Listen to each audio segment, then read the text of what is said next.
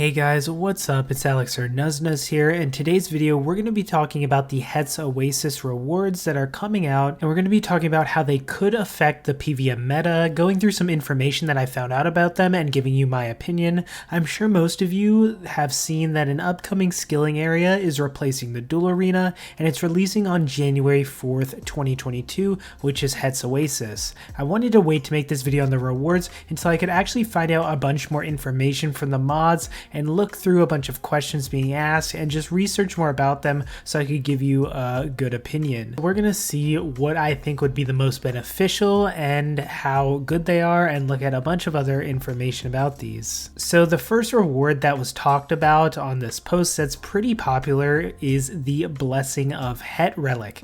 Now this is a relic power that players can use at the Mysterious Monolith. It's an archaeology power, however we don't currently know the level requirements or how much power that it's gonna cost. But we do know what this relic does. So basically this relic makes life points healed from consuming food and potions increased by 10%. Now at first I thought this relic was really bad just because of the fact that for a lot of people healing more for food isn't a huge deal, especially 10%, but I think it really depends, and I decided to look deeper in on it, and it really depends also on the relic power, of course. If it's something that you can slot in as a relic, like your quality of life relic, I think it could be a really good utility choice or for saving money. If it costs a massive amount of relic power that you're going to be giving up a DPS relic, it probably isn't worth it. But I decided to dig a little deeper to show you guys how much this would actually increase the healing of certain foods and potions, just so you could get a visual and kind of a perspective on this relic. So here's a visual on some popular PvM food items and how much this will make it heal when using the relic. So something like sailfish normally will heal you 2400 HP, but now it'll heal you 2640. A sailfish soup will heal you 2860 versus usually healing you 2600. Something like the blue blubber jellyfish will heal 825 per bite compared to 750, and Ceridome and Brews, assuming that drinking them does count, which by reading the relic description it looks like they do, you'd heal 1100 per dose instead of 1000. Now there is also a necklace called the Expensive Spices necklace, which stacks with blubbers to make them heal more. However, I could not find confirmation on if this stacked with the relic, so that is something we're going to have to wait and see on. After I looked at this relic, you can see basically how something like a sailfish is now going to heal as much as a sailfish soup does for somebody not using the relic, and so on. So this does seem like it has a pretty significant effect, but the relevance of food in PvM isn't what it used to be for a lot of the higher level or even mid-level PvMers. With Soul Split, the amount of damage reduction, I'm all for saving money and healing more with food. But for most bosses, I have learned to survive with the food and the setups I currently have, so having a relic at like Solak to give me a little more food, I'm not sure if it's really going to do much for me at all in terms of my performance, because I can already survive with the food I have. I know a lot of people though, this could maybe make a big difference for them when learning a boss, so I can see that as a really good use to kind of give you kind of a buffer if you're trying to really learn a new boss. It will of course save you money because you're healing more for your money, you're getting more heals for your money, so that's also something you have to consider. I could see this being a good situational relic at places that you need to bring more food, like I said, places you're learning. I think the really big thing comes down to its cost. I could totally see myself replacing something like Death Ward with this, or maybe even Persistent Rage, but I don't think I'd be using this to replace one of my core DPS relics, at least not with the information we know. I do actually though really like the idea of it. So next we're going to talk about the thing I'm most excited for, which is the new prayer powders, which are made of Scarab shells and can be ground into powder, so they're consumable, and they'll give the player a 30-minute boost to a specific defensive and healing prayer. So these are similar to how you use incense sticks, where you scatter them and you get a buff. Now some of these I'm not going to cover that are for skills because we're talking about PvM here, but for the PvM ones they actually stand out a lot for me. First we have the Powder of Defense. It provides a +2 defense boost when using thick skin, rock skin, or steel skin prayers. I really don't see this having much of a use since most people are on curses, but maybe for some lower level players, but I'm not really sure since you actually have to get these. Next is the Powder of Protection, which is really interesting. It boosts the damage protection to 60% when using Protect From or Deflect prayers.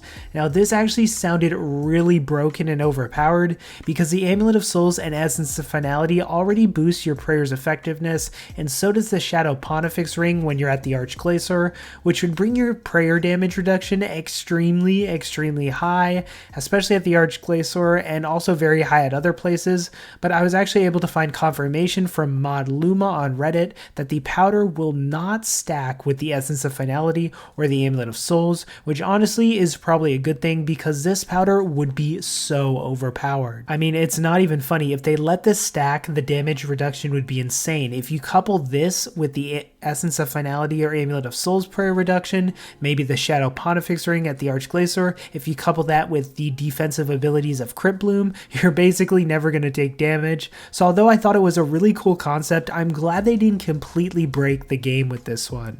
I think it won't have really much of a use if you already have an Essence of Finality or Amulet of Souls, but if you don't, it could be a useful damage reduction. So next we have the Powder of Item Protection, which protects an extra item when using the Protect Item prayer. So basically this will save you a bit on death costs. I guess if you were to die, I could see it being useful, particularly in the wilderness, to bring an extra item. If you do a lot of Revenants, Lava Strike Worms, or things like that, similar to the Fury Shark. I'm not sure if it does stack with that. That would be an interesting thing to find out, but I could not find information on that. This seems pretty niche, and it really depends on how expensive it'll be to see if you add it into your PvM loadout, if it would counteract the death cost and be worth enough to use. Kind of like the other incense sticks, but I did find this one pretty interesting, although probably not that useful in a ton of scenarios. Now we're moving on to the powder that I found the most interesting and potentially the most overpowered on this list, which is the Powder of Penance. Now this powder restores prayer points equal to 2.5% of damage received. Basically, it's like a mini Penance aura. Now the Penance aura heals 5% of any damage received, so this is basically half of that aura. However, the reason most people don't use the Penance aura as much for higher level PvM is just because of the high damage auras and how important they are. You really want to take priority with those high damage auras, so most people will not be using Penance at medium or high level bosses. However, with this being used as sort of an incense stick like buff, you can freely use the Penance powder while using your normal auras, which means you can get a ton of great prayer healing back when PvMing depending on the damage that you take. This seems like it would be absolutely amazing somewhere like Zuck where you use a ton of prayer. If the price is right on these powders, I could see this being an absolute staple of PvM loadouts, similar to the Lantidime incense sticks and the Quorum incense sticks. I could see it as being used on almost every preset like those other buffs that I mentioned. This one has me extremely excited. So the last thing I'm going to talk about is the drop enhancer for Elder Godwars. You can gather drop enhancer fragments by skilling from all the Oasis activities, and then you can combine them into an inactive drop enhancer, and it will be tradable, so you can sell it if you get it.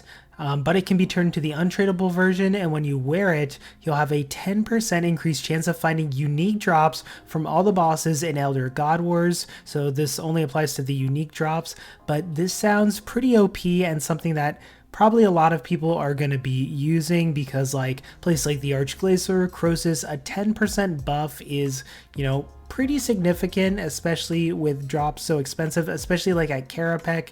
It's basically guaranteeing you, I guess, 10% more GP per hour in the long run. So these are really interesting, and although they're going to be removed at the end of the event, so this isn't something that you're going to be able to constantly do. Now remember, although the drop enhancers will be removed at the end of the event, the skilling methods are here to stay. They're basically going to be solo content that you can continuously do. So they're all permanent and they're all going to be there. So looks like most of this stuff is here to stay except the drop enhancers. And then of course the last thing is the Holy Scarab Familiar, which is the Hunter Scarabs drop Scarab Shells, which can also make this familiar. It requires 80 summoning, and basically when summoned, your prayer points will drain more slowly, and the special move conjures up a random bone in your inventory, but the prayer points draining more slowly, we don't actually know how much more slowly, but prayer familiars doesn't seem like it's going to be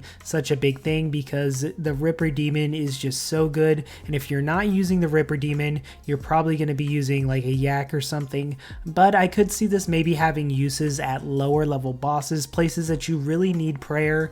Maybe you're using the Penance powder too, and you're just keeping unlimited prayer forever. So it maybe could have its niche uses, but I don't see it being like a staple of medium or high level PvM, but it is an interesting kind of familiar. So yeah, those are all the PvM relics, upgrades, different things that will be coming with this. I thought they were really interesting. I thought the prayer powders are the things I'm most excited for. We need to really see the power on the relic before I can really judge that. But I hope you guys enjoyed this video. Again, I know people have covered the news, but I wanted to cover all of the rewards in depth and kind of give you my thoughts on all of them because, you know, I thought this would be something you would enjoy, and I tried to get my information from Reddit, Twitter. Sometimes the mods will respond to questions, and it's kind of easier to look there to see certain things like the amulet of souls not stacking with the other prayer powder and stuff like that. It's nice to figure that out because when you first look, you're like, oh, that's so broken, and then you come to learn that it doesn't actually stack. I wish they would kind of give you this information like an FAQ or something on the homepage, so you didn't have to like find out by scouring Reddit or Twitter. But I wanted to bring this video just as a fun little thing to give you my opinion on these, and I hope you guys enjoyed it.